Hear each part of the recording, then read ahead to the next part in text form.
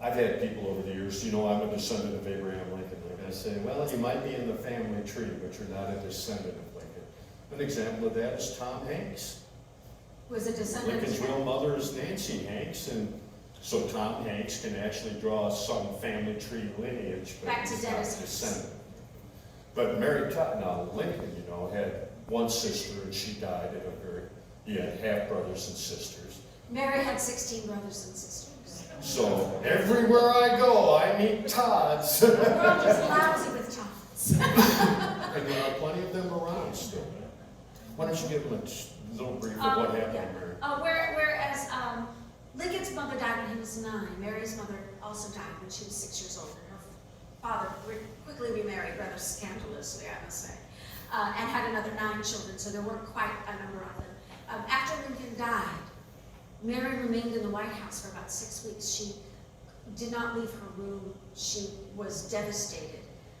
She finally left. Whereas for Mr. Lincoln, when he left the White House, there was grand pomp and circumstance, and he was put on the funeral train, and he was taken in a reverse trip that he had taken from Washington to Springfield.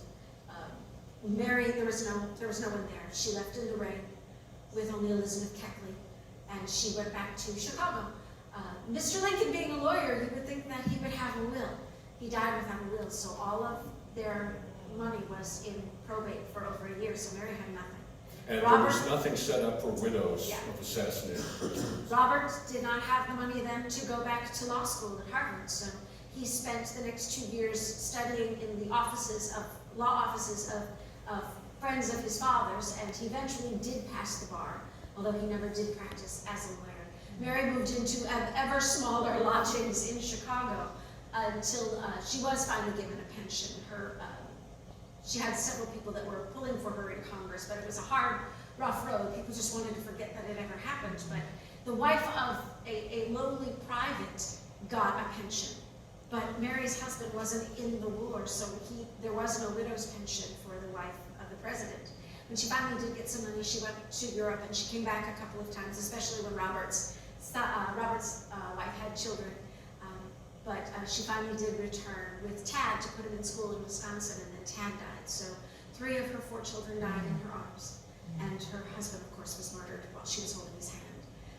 She was briefly put in an asylum for 3 months. She was tried and convicted of being insane by doctors that had never spoken to her or ever interviewed her, never examined her.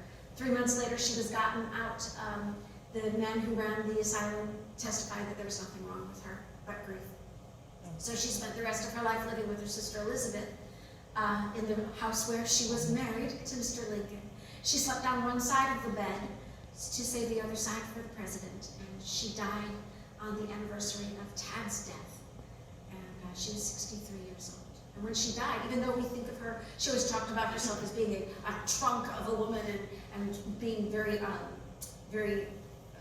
negative about her weight. When she died, she only weighed 98 pounds. So that's what happened to Mary.